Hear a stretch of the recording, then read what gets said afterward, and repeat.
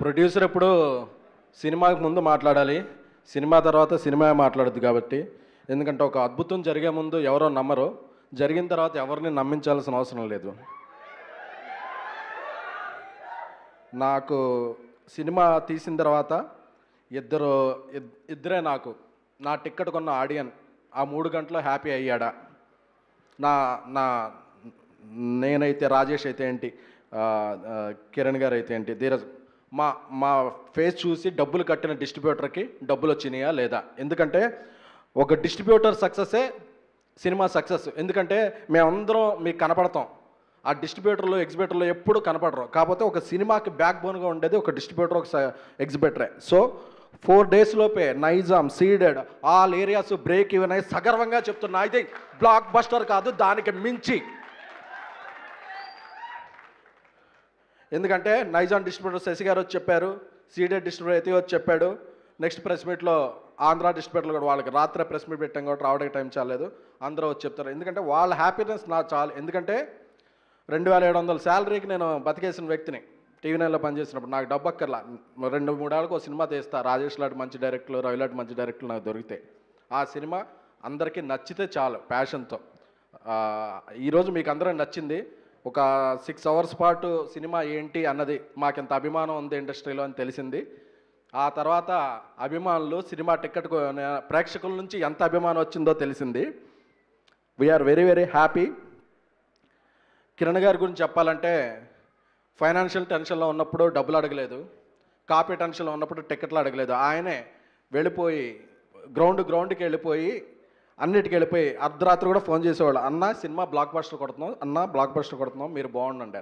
అంటే ఒక నిర్మాతకి ఇంత బ్యాక్ బోన్గా ఉండే హీరోని నేను సంపాదించుకోవడం అనేది చాలా చాలా చాలా అదృష్టంగా భావిస్తున్నాను. థ్యాంక్ యూ కిరణ్ గారు. మీలో ఈ కసి పట్టుదల ఉన్నంతకాలం మీకు రైజింగే తప్ప అసలు మీరు కిందకి చూడాల్సిన ఇది లేదు. మీరు ఫ్యూచర్లో ఎన్నో అద్భుతాలు సృష్టిస్తారు. అందరూ నెంబర్లు వేస్తున్నారు, ఈ నెంబరు అది ఇంత చేస్తుంది అంత చేస్తుంది అని. ఈ నెంబర్ల కన్నా మించి మీ అందరూ అంటే కిరణ్ గారి సినిమా వస్తుందంటే టిక్కెట్ కొనొచ్చు అనే అభిమానాన్ని ఆయన సంపాదించుకున్నాడు. ఆ అభిమానం అనేది చాలా చాలా చాలా కష్టం. సో అలాగే మన గౌరీ ప్రియ అంటే నా తమ్ముడు గౌరీ ప్రియ, ఇప్పటి నుంచి తెలుగు సినిమాల్లో నీ కోసం క్యారెక్టర్లు మారుతాయి, క్యారెక్టరేషన్లు మారుతాయి. ఒక మంచి సినిమా చేయాలి ఒక అంటే ఎక్కడికో వెళ్ళక్కర్లేదు, మన తెలుగమ్మ ఇక్కడే మనకు అందుబాటులో ఉంటుంది. తెలుగమ్మని పెట్టుకుంటే ఎక్స్ప్రెషన్ కరెక్ట్గా ఉంటుంది, డైలాగ్ పర్ఫెక్ట్గా ఉంటుంది, మన బాధ ఏంటో అర్థమవుద్ది. వాళ్ళ మేనేజర్ వచ్చి మాట్లాడే అమ్మాయికి ఒక మేనేజర్ కూడా లేడు, ఏమన్నా ఉంటే ఇది కావాలని ఆ అమ్మాయి అడుగుద్ది. అంత మంచి బంగారం లాంటి మన అమ్మాయి గౌరీ ప్రియ. గౌరీ, నీకు తెలుగులో చేసావు, తమిళంలో చేసావు, ఈ సినిమా గురించి చాలా సినిమాలు వదులుకున్నావు. బట్ ఇక్కడ నుంచి నీ కెరీర్ ఇంకొక రేంజ్కి వెళ్ళొద్దని అనుకుంటున్నాం. ఏలూరులో ఉన్నప్పుడు చిరంజీవి గారి పాటలకి మణిశర్మ గారు మ్యూజిక్ వింటూ చాలా డ్యాన్స్లు వేసుకునే వాళ్ళం థియేటర్లో. అదే మణిశర్మ గారితో సినిమా చేయటం ఒక అదృష్టం. మేము ఎంత ఇబ్బంది పెట్టినా చివరి వరకు ఆయన అదే డెడికేషన్తో మమ్మల్ని తట్టుకుంటూ ఒక అద్భుతమైన పాటల్ని ఆర్ఆర్ని ఇచ్చారు. సో మీ మ్యూజిక్ మాకు చాలా ప్లస్ అయిందండి. మణిశర్మ గారు, Guruji, మణిగాడ్, thank you so much. అలాగే నా తమ్ముడు రవి, నేను తీసే ప్రతి సినిమాలోనూ రవి నా వెంట ఉంటూ నా టెన్షన్ తీసుకుంటాడు. ఈ సినిమాతో నా తమ్ముడు డైరెక్టర్ అవుతుందంటే నాకు టెన్షన్ ఎక్కువైంది. రవి ఎలా అయినా సక్సెస్ సాధించాలి అనేది. ఎందుకంటే రవి సక్సెస్ సాధిస్తే రవి అసోసియేట్లో ఇంకో 3-4 రెడీగా ఉన్నారు. సో వాళ్ళందరూ కూడా రవికి సపోర్ట్గా అందరూ అటు ఒక టీం వర్క్లా ఉండేది. అలాగే సినిమా స్టార్ట్ అయిన నుంచి ప్రతి దాంట్లో కూడా మాకు కుడిభుజంలాగా మా ధీరజ్ మాకు చాలా చాలా చాలా హెల్ప్ చేశాడు. So Dheeraj, we can't spell success without you. అలాగే సాయి రాజేష్ గారు, ఆయన నాకు సినిమా ఏదన్నా రిలీజ్ అవుతుంటే నేను 2 హ్యాండిల్ చేయాలి, ప్రమోషన్ని, సాయి రాజేష్ గారి ఎమోషన్ని. ఎందుకంటే ఆయన ఎంత ఎమోషన్ అయిపోతాడంటే ఫుల్ అయిందంటే నమ్మడం, నువ్వే టెక్లో కొన్నావా అంటాడు. అరే బాబు, నా దగ్గర అంత డబ్బులుంటే నేను ఇక్కడ అద్దెల్లో ఎందుకుంటాను స్వామి, ఫుల్ అయిందంటే నమ్మడం. లేదు నువ్వు అబద్ధం చెప్తున్నావు, ఆ స్క్రీన్ షాట్ ఏలో చేసావు అంటే ఏది అంటే తనకి ఏం అక్కర్లా, డబ్బులు ఇవ్వకపోయినా పర్లేదు, ఏమన్నా ఒక మంచి ఆ రోజు మంచి ఫుడ్ ఏదైనా ఉంటే మంచి ఆర్డర్ పెట్టాలి, సినిమా గురించి మంచిగా చూసుకుంటే చాలా, ఆ మనిషి కోసం ప్రాణం పెట్టేస్తాడు. అలాంటిది నవీన్ గారు ఫస్ట్ ఈ సినిమాకి మార్నింగ్ షోకి పట్టడానికి ముందు రిలీజ్ ముందు రోజు ఉదయం 5:30కి వచ్చి చూశారు నవీన్ గారు. ఫస్ట్ ఈ సినిమా మేము కాకుండా చూసిన వ్యక్తి ఎవరనంటే ద మోస్ట్ ప్యాషనెట్ పర్సన్ ఎవరనంటే మైత్రి నవీన్ గారు. చూసి అబ్బా ఒక 5 నిమిషాలు ఆయన అలాగా ఆలోచించుకుంటున్నారు, ఏంటంటే టెన్షన్, అసలు ఎంత బాగుంది ఏంటి, ఇంత బాగుంటుంది అస్సలు ఈ సినిమా ఆగదు అంటే ఒక చిన్న పిల్లవాళ్ళ మమ్మల్ని అప్రిసియేషన్. ఎందుకంటే ఇండస్ట్రీలో ఎవరికైనా కాపీ చూపిస్తే చాలా రంధ్రాన్వేషణలు చేస్తారు, మనకే జడ్జిమెంట్ ఉందనుకుని. జడ్జిమెంట్ అనేది జనంలో ఏం చెప్తున్నారు అనేది ముందే పసిగట్టేవాళ్ళు కాబట్టి ఇండియాస్ బిగ్గెస్ట్ బ్యానర్ అయ్యారు మైత్రి మూవీస్ వారు.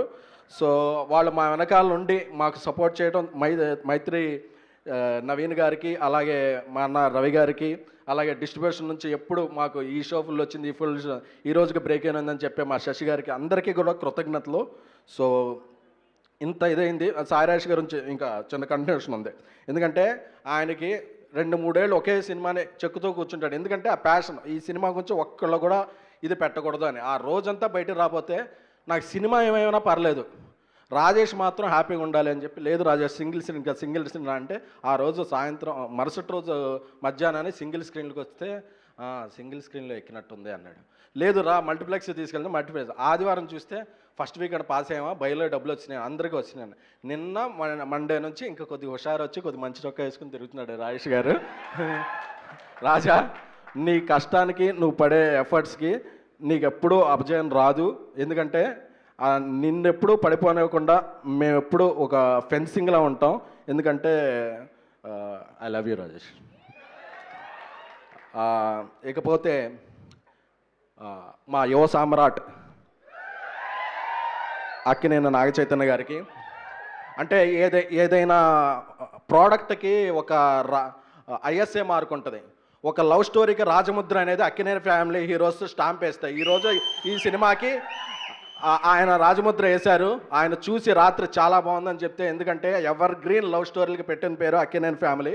ఆ అక్కినేని నాగచైతన్య గారు మాకు ఎప్పుడు సపోర్ట్. ఎందుకంటే జనరల్గా ఏదన్నా ఫంక్షన్ ఉంటే మేము వెళ్ళి పిలుస్తాం, ఆయన కాల్చగానే అక్కర్లేదు ఏది టైం అంటే ఇంత డౌన్ టు ఎర్త్ పర్సన్. ఆయనతో శైలజారెడ్డి అల్లుడి నుంచి ట్రావెల్ చేస్తున్నాను.